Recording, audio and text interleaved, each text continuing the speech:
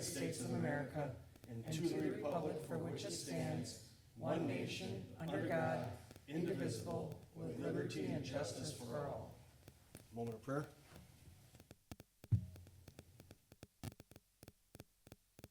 Thank you. Council President Fire, Here. Alderman Wadawa, Here. Alderwoman Calderon, Here. Alderman Brickner, Alderman Damon, Here. Alderwoman Fliss, Here. Mayor Tutai. Here. Telephonic meeting, none. The meeting has been properly posted and noticed. Public hearings, none. Presentation, none. Citizens' comments. First on the list is famous Ricky G.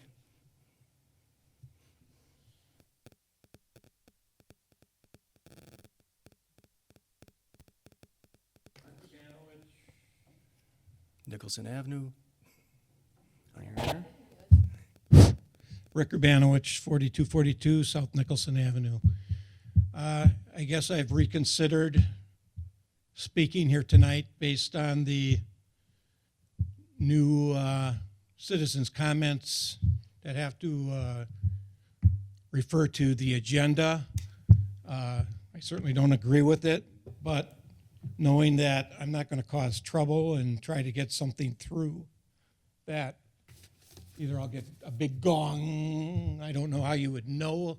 I don't think this is going to be very easy to enforce. I won't talk about how good the St. Francis Labor Day was because that's not permitted. But I do have a handout for you to read, and I would appreciate it if you read it.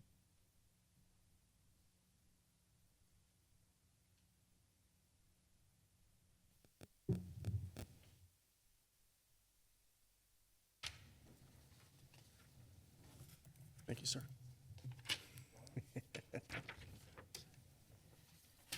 Thank you. You get two of them.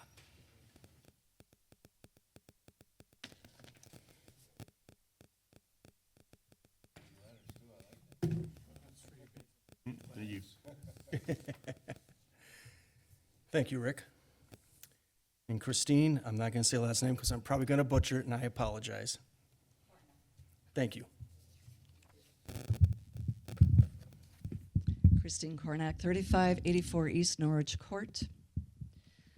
Firstly, I'd like to thank the City Council for taking the St. Francis Public Library off the chopping block, as I refer to it. Thank you for hearing our voices, and we are relieved as a community that our Educational and Cultural Enrichment Center remains intact for us, as well as future generations. Thank you. To the topic of the triangle, I am one citizen who is vehemently opposed to the current plan that's being considered. My question for the council is, why are we not working with an urban planner rather than working with? This is it. This is not on the agenda, so we're not going to speak. It's in the planning commission. Okay. So, All right. Thank you.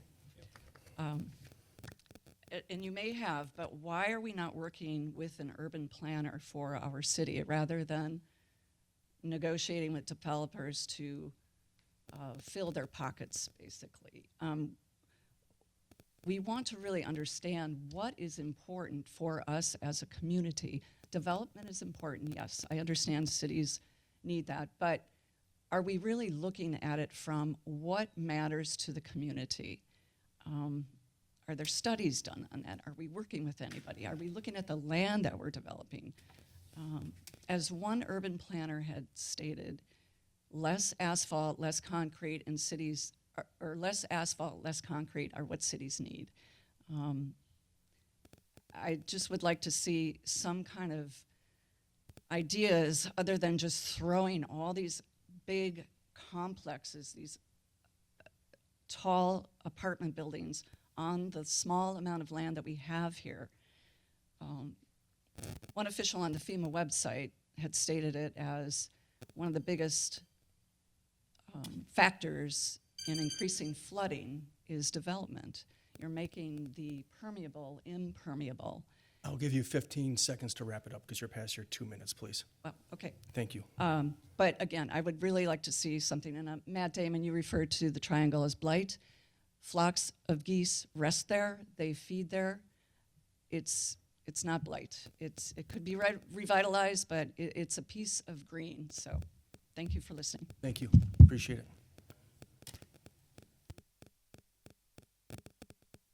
Moving on. Dennis, did you want to speak? You weren't signed up. Go ahead. Dennis Wojtecki, 4038 South Barland. The only question I have in my mind right now is putting up such a large building in the triangle, what is that going to mean to us, the city, as far as changing fire equipment, training, and things like that? Are we going to have a bigger fire department? Are we going to have special equipment that'll now be able to take a 13 or 11-story building?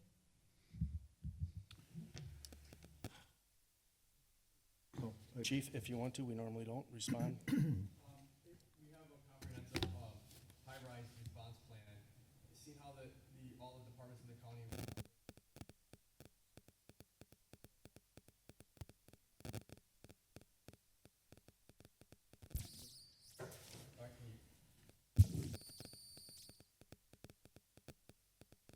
Can you hear me now?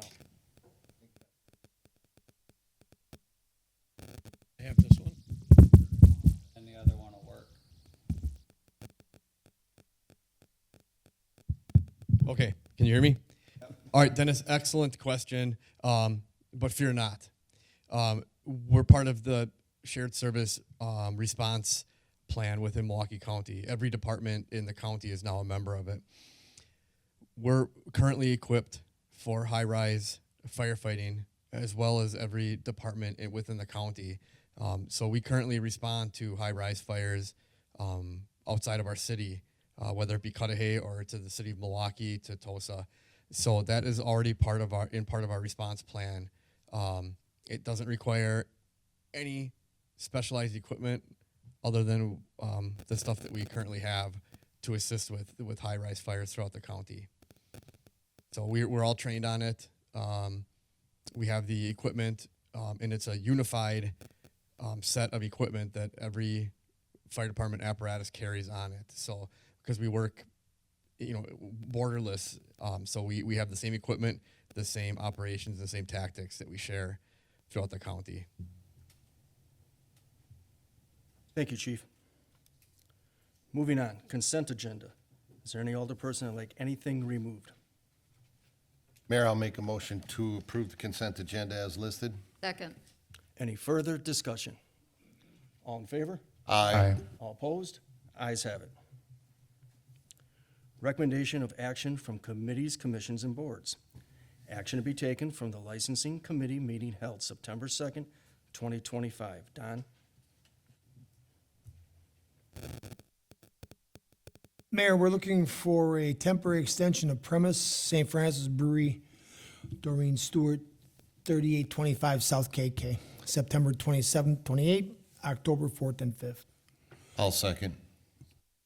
Any further discussion? All in favor? Aye. All opposed? Ayes have it. Next, we're looking for outdoor event with St. Francis Brewery, Doreen Stewart, 3825 South KK, September 27th, 28th, October 4 and 5. I will second. Any further discussion? All in favor? Aye. All opposed? Ayes have it. And that is all from licensing, Mayor. Thank you, Don. Action to be taken from bargaining? None. Action to be taken from Board of Public Works? None. Action to be taken from the Planning Commission? Draft minutes, August 27th, 2025. Debbie? Mayor, upon recommendation of the Planning Commission, I move to recommend the applications for special use for 3737 South Kinnickinnick Avenue, based on the city engineer's recommendation, be approved, and to request that the required public hearing be set. Second. Any further discussion? All in favor? Aye. All opposed? Ayes have it. Mayor, upon recommendation of the Planning Commission,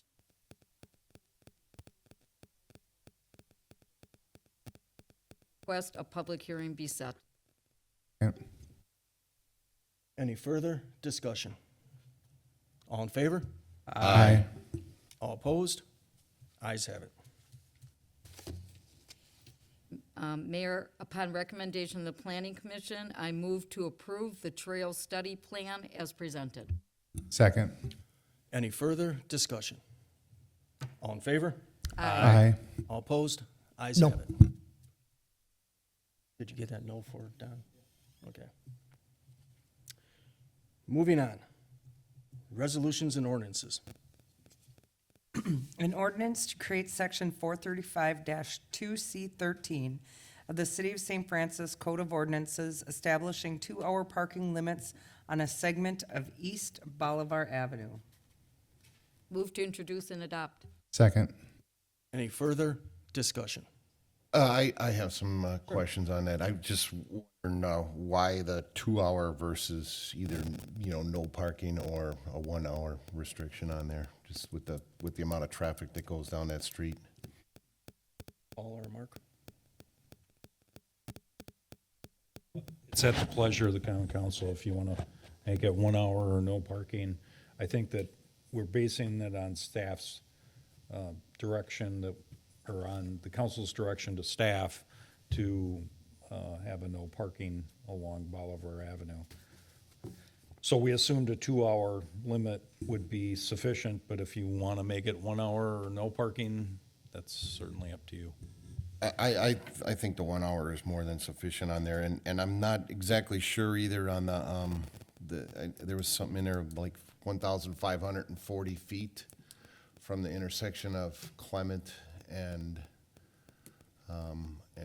Bolivar there. Where exactly does that come down to, Paul?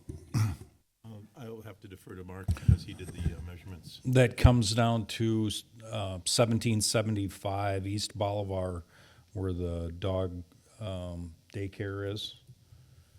So that was kind of at the recommendation of Dave Gilbreth. But again, you can make it, it's just that there are some businesses as you get into that part of Bolivar, which are more retail oriented instead of industrial. So the thought is that to allow the general public to be able to park in front of those businesses if they. Okay. Plus, would it be more work to have 1 hour parking because the police has got to buzz down there every hour then? I mean, maybe the 2 hour is a little bit better, Steve. I mean, I think once the no parking signs are up, or the limited parking there, I don't think the police department's going to be going over there every day, writing tickets, I think. I don't know, the sign will say limited Captain parking. Blunt, Captain Blunt, how long do you think it would take people to conform to that signage, or is it going to be a problem for your crew? I guess I'll be honest. I didn't know this was an issue. This whole parking over there. I didn't realize this was an issue. It's been an issue for the semi-trucks. Okay. So this is the first I'm hearing about it.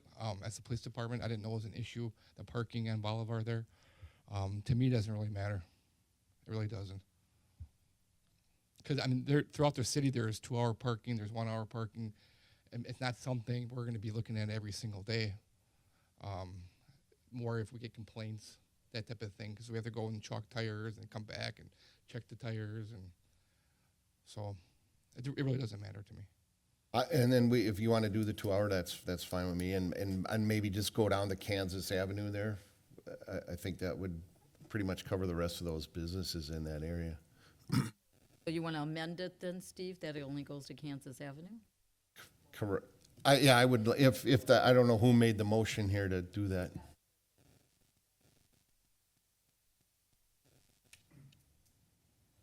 Because they all have parking lots, the businesses, so you wouldn't be negatively affecting the businesses. Correct. So to amend the ordinance to end at Kansas Avenue? And we'll keep the 2 hours, I guess. So technically, Alderwoman Bliss, are you approving the I friendly amendment? agree to the amendment. And Alderman Damon, are you I'll second agreeing? as well. Okay. Any further discussion? All in favor? Aye. All opposed? Ayes have it. Ordinance to create section 435-2J of the City of St. Francis Code of Ordinances regulating the parking of detached trailers on city streets. I'll move to introduce and adopt. Second. Any further discussion? All in favor? Aye. Aye. All opposed? Ayes have it. Moving on. Discussion items with possible action. Letter of support, U.S. Venture Transportation Energy Resilience Project, PIDP grant application, fiscal year '25. Mark or Paul? This was asked to be placed on the agenda by State Representative Christine Zanicki. This is in regard to transportation of fuel from the airport and the harbor. We don't have a pipeline that accesses all the locations where the fuel is delivered. So tanker trucks, 7,000-gallon tanker trucks, have to be driven repeatedly between Green Bay and Milwaukee for the transportation of fuel. If a grant is supported for this project and the project is completed, then the fuel that's being transported by tankers would be substituted by barge traffic instead of being transported by tankers.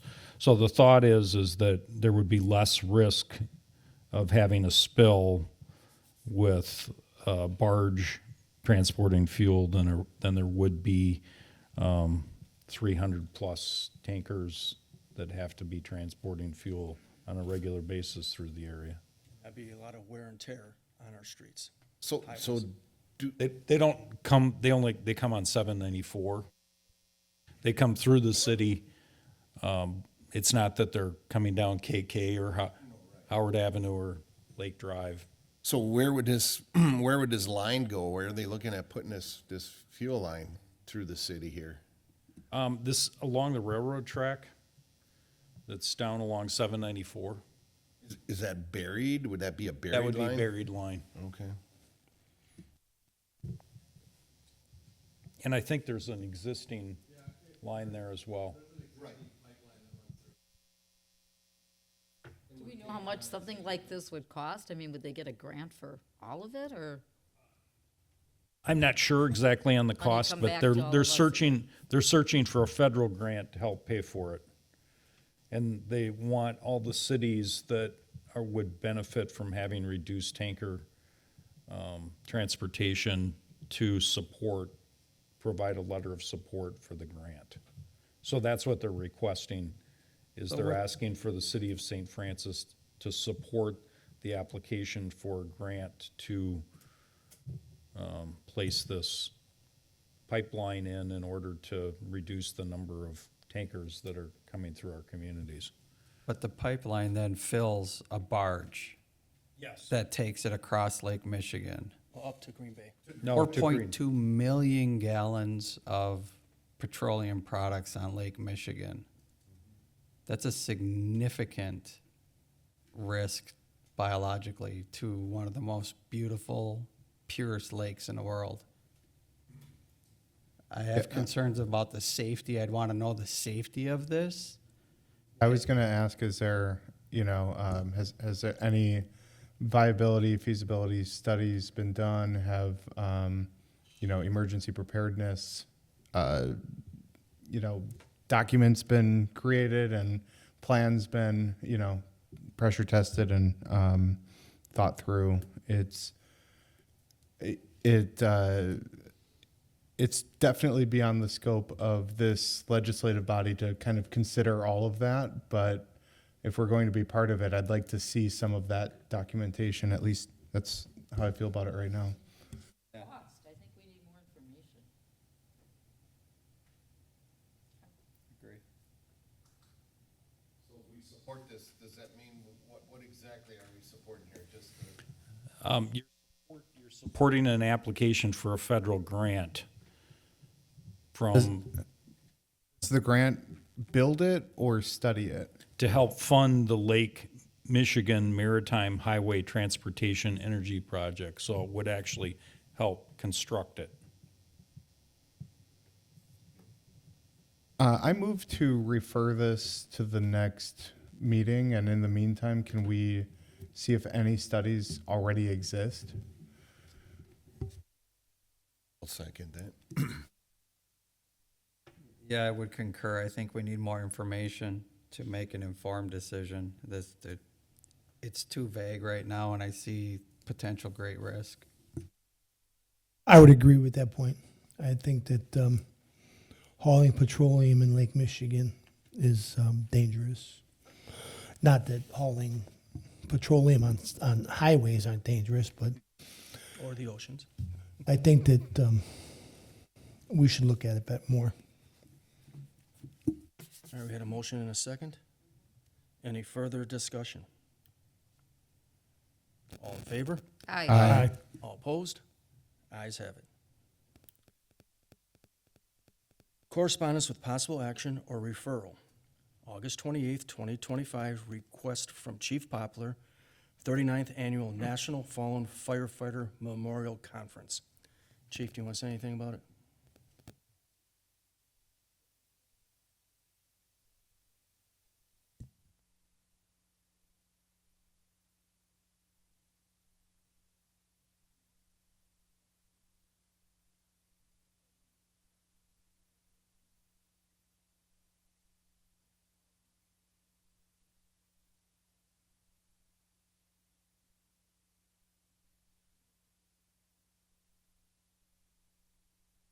I'll move to approve.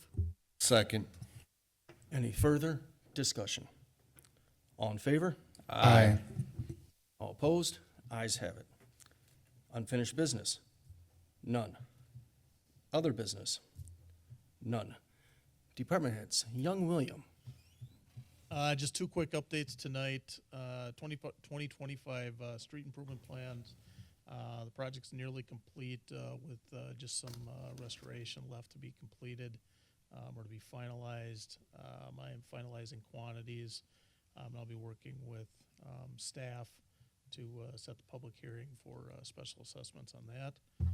Waterford Avenue, we've been in contact with the City of Milwaukee the last couple of weeks regarding the construction scope of the water main. Bill, can you bring that a little closer to you? Sure. Thank you. For Waterford Avenue, we have been in contact with the City of Milwaukee, and right now we're just working on a schedule for the water main replacement and working out details on restoration. I do expect to have a meeting later this week, and we're also finalizing some anticipated restoration based on their design to determine if there's any, I guess, what the method of restoration should be, short and long term for the city, and if there's any city contribution that Milwaukee will be looking for. So as soon as I have that, I will be in touch. I'm continuing to coordinate with the mayor and Mark on any updates. With that, I pass. Thank you, Bill. Captain? So school started today, as you guys probably all saw. So with school starting comes congestion, the typical parking complaints, traffic problems around Deer Creek, Willow Glen.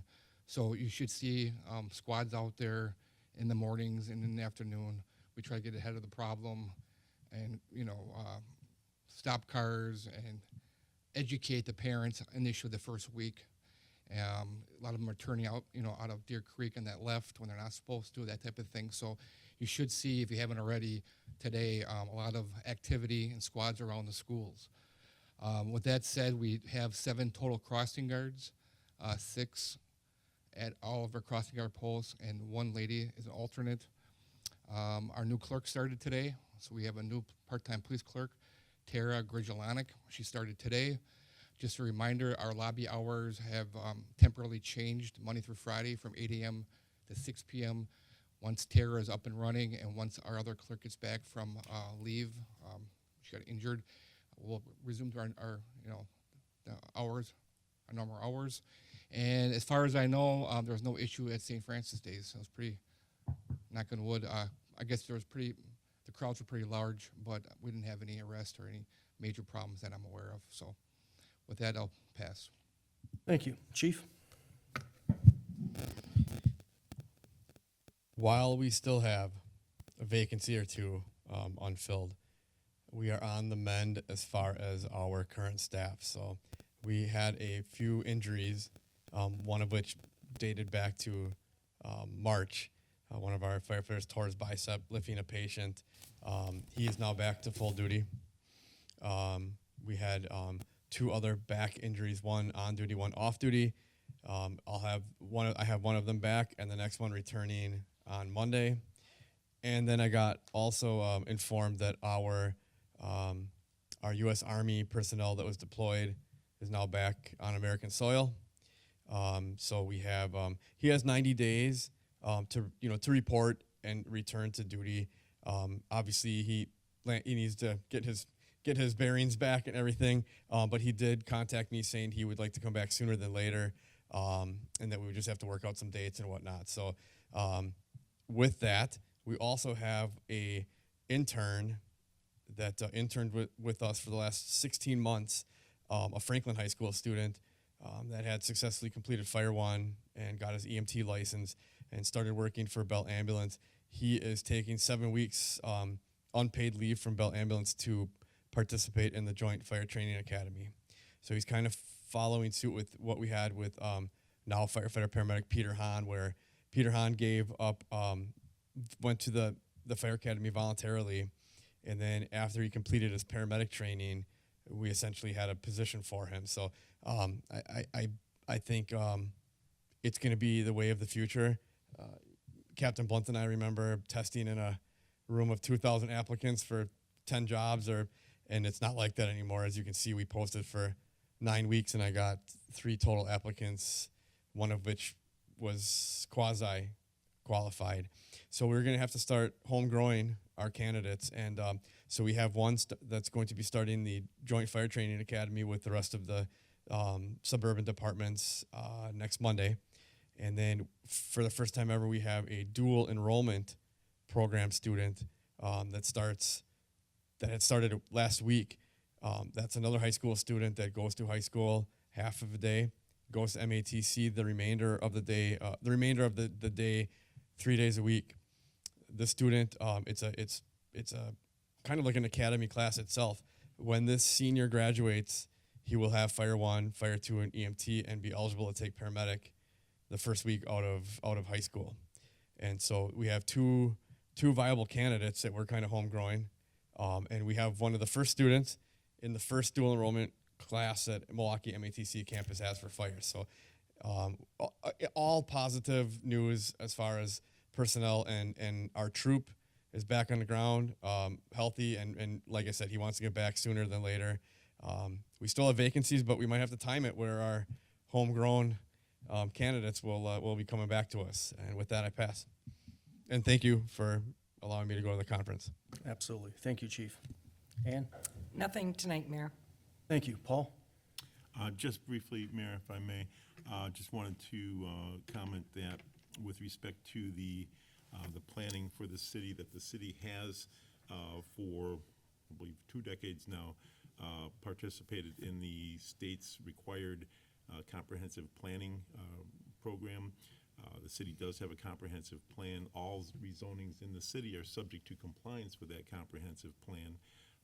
The city retained professional assistance in coming up with that plan, and so whenever a developer proposes something in the city, it is measured against that plan to make sure that it is compliant with that.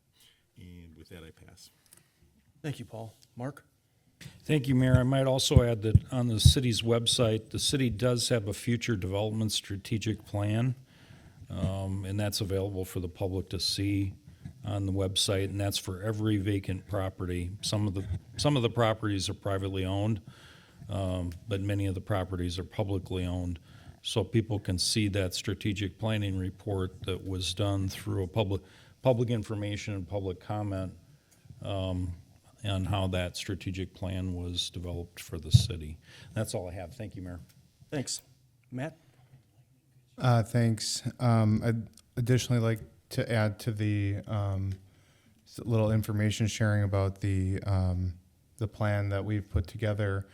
What was it, 2020, 2019? I think it was late 2019, we engaged in a charrette process with members of the community, members of the Economic Development Committee, and we went through a few months of, like in this room, where we worked with planning groups and like city planners, and we came up with that plan with input from the community, and every development is measured against that.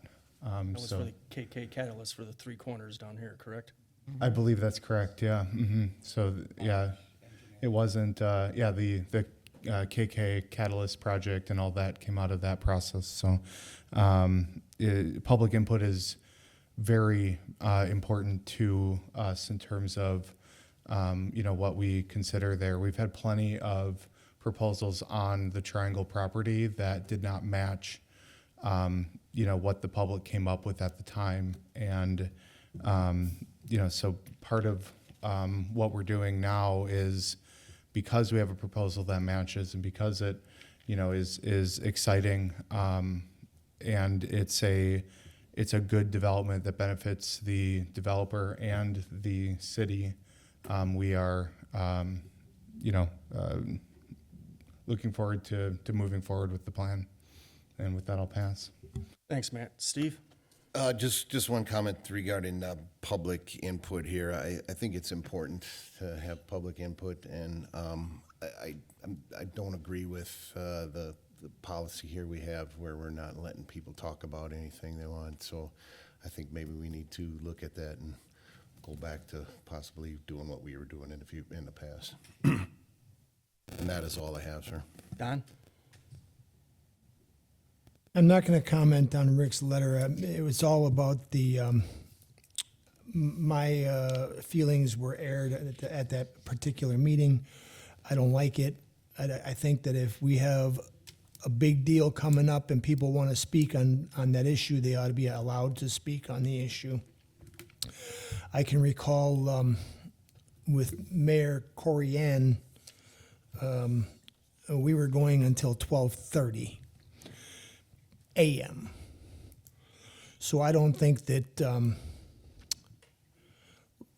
2 minutes is out of line. I think that people come here, they want to speak, they want to make their mind known, and I also don't agree with the no speaking if it's not on the agenda. I think that if somebody has an issue and they make the effort to come to the city hall to have it discussed, I think that they should be able to have that discussed.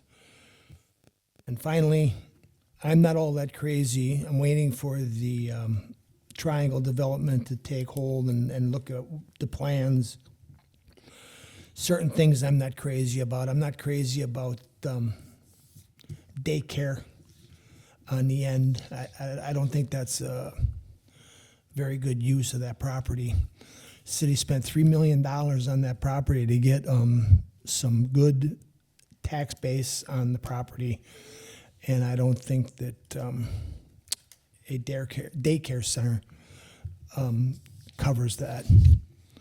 And with that, I pass. Thanks, Don. Debbie?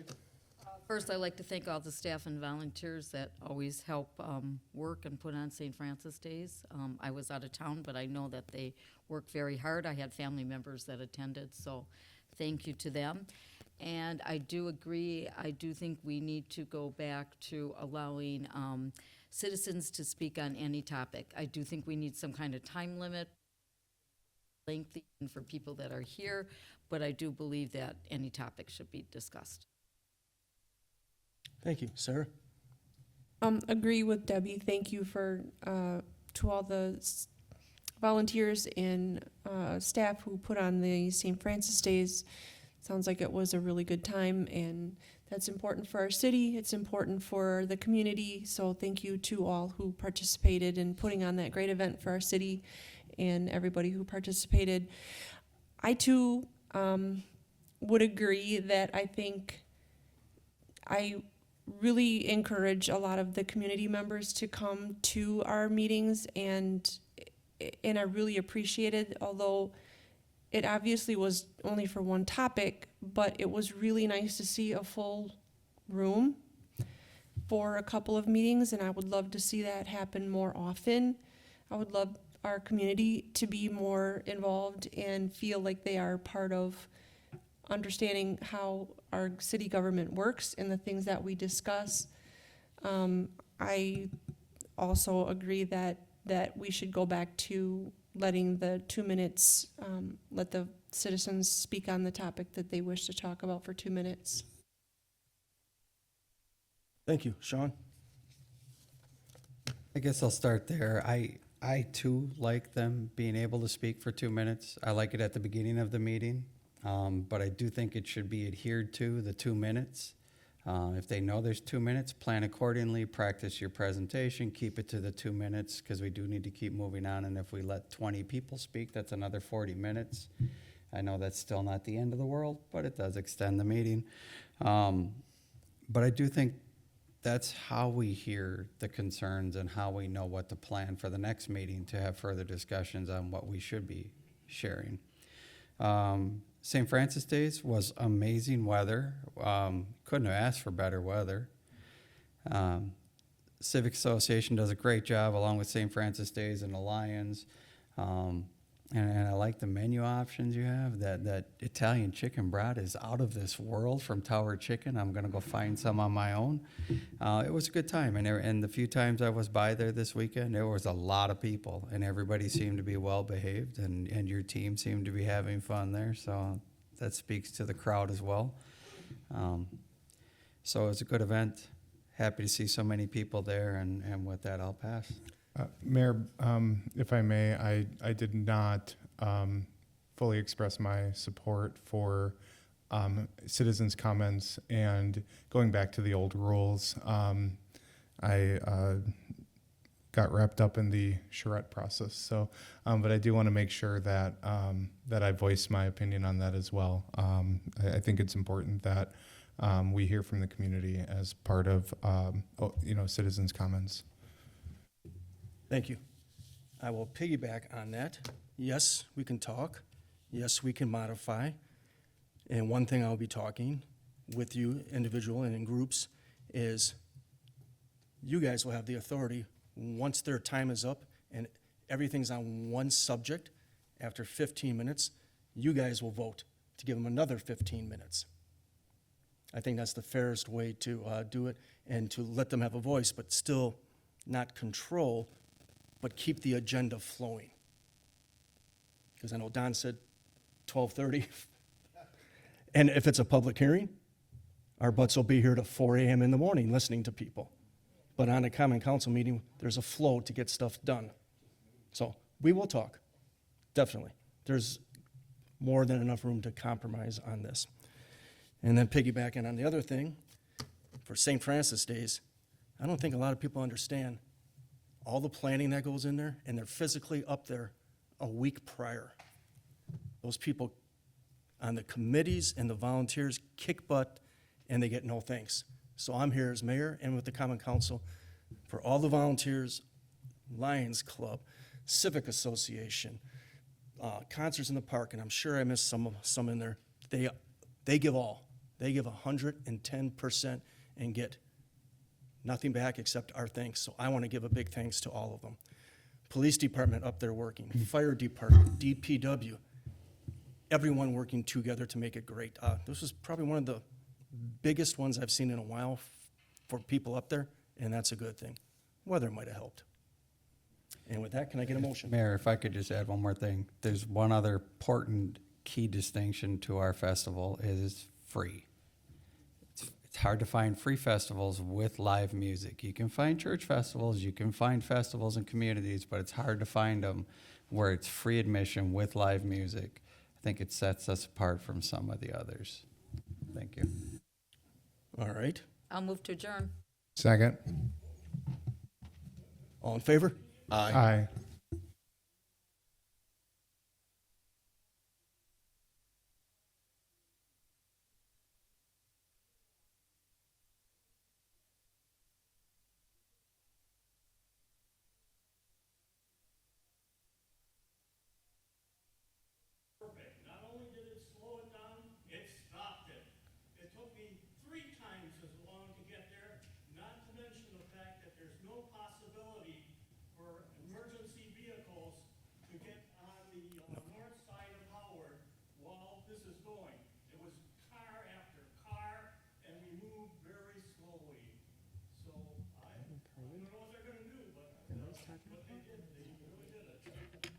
All in favor? Aye. Aye. All opposed? Ayes have it. Thank you, Dennis. Oh, okay. I was like,